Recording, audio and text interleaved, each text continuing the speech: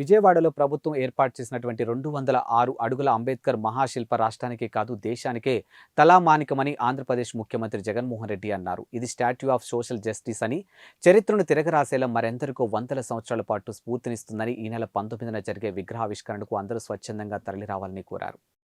విజయవాడలో మనం ఏర్పాటు చేసుకున్న అంబేద్కర్ గారి మహాశిల్పం మన రాష్ట్రానికే కాదు దేశానికి కూడా ఇది తలమానికం.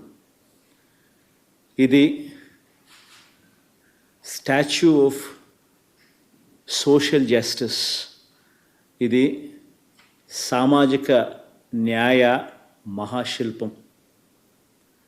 ఈ నెల 19వ తారీఖున చారిత్రక స్వరాజ్య మైదానంలో ఆవిష్కరించబోతా ఉన్న ఈ విగ్రహం దేశంలోనే కాదు ప్రపంచంలోనే అతిపెద్ద అంబేద్కర్ గారి విగ్రహం.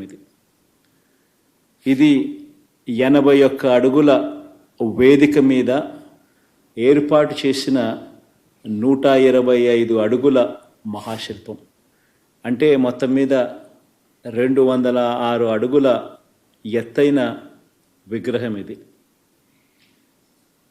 ఆ మహానుభావుడి ఆకాశమంతటి వ్యక్తిత్వం ఈ దేశ సామాజిక, ఆర్థిక, రాజకీయ, మహిళా చరిత్రలన్నీ కూడా మార్చేలా దాదాపు 100 సంవత్సరాల క్రితమే ఆయన వ్యక్తం చేసిన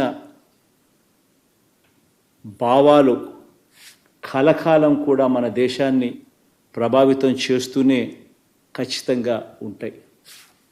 బాధ్యతతో ఆయన భావాల మీద అచంచల విశ్వాసంతో వాటిని మన నవరత్నాల్లో అనుసరిస్తూ ఉన్న ప్రభుత్వంగా ఏర్పాటు చేసిన ఈ విగ్రహ ఆవిష్కరణ సందర్భంగా 19వ తారీఖున అందరూ కూడా తరలి రావాలని కోరుతా ఉన్నాను.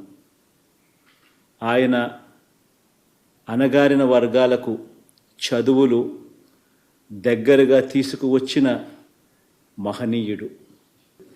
ఆయన అంటరానితనం మీద, ఆధిపత్య భావజాలం మీద తిరుగుబాటు చేసిన ఓ మహానుభావుడు.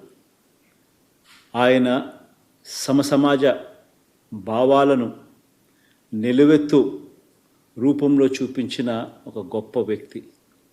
ఆయన రాజ్యాంగం ద్వారా, రాజ్యాంగ హక్కుల ద్వారా నిరంతరం మనల్ని కాపాడే ఓ మహాశక్తి. ప్రతి వాడలో ఉన్న ఆయన విగ్రహం అణగారిన వర్గాలకు నిరంతరం కూడా ధైర్యాన్ని ప్రసాదించే ఓ మహాస్ఫూర్తి. దళితులతో పాటు కులాలు, మతాలకు అతీతంగా పేదలందరి జీవితాల్లో ఈ 77 సంవత్సరాల్లో వచ్చిన అనేక మార్పులకు మూలం డాక్టర్ బాబాసాహెబ్ అంబేద్కర్ గారి భావాలు. కాబట్టే ఆయన్ను ఇంతగా మనమందరం కూడా గౌరవించుకుంటా ఉన్నాం. మన విజయవాడలో ఆవిష్కరిస్తూ ఉన్న ఈ మహాశిల్పం మన రాష్ట్ర చరిత్రలో సువర్ణాక్షరాలతో నిలిచిపోవడానికి మాత్రమే కాకుండా చరిత్రను తిరగరాసేలా 100 సంవత్సరాల పాటు స్ఫూర్తిని కూడా విగ్రహం ఇస్తూ పోతూ ఉంటుంది. ఇది మన సమాజ గతిని సమతా భావాల వైపు మరల్చడానికి, సంఘ సంస్కరణకు, పెత్తందారి భావాల మీద తిరుగుబాటుకు, రాజ్యాధికారంలో పేదల స్థానాన్ని సుస్థిరం చేసేందుకు నిరంతరం స్ఫూర్తి ఇస్తుందని విశ్వసిస్తున్నాను. జై హింద్.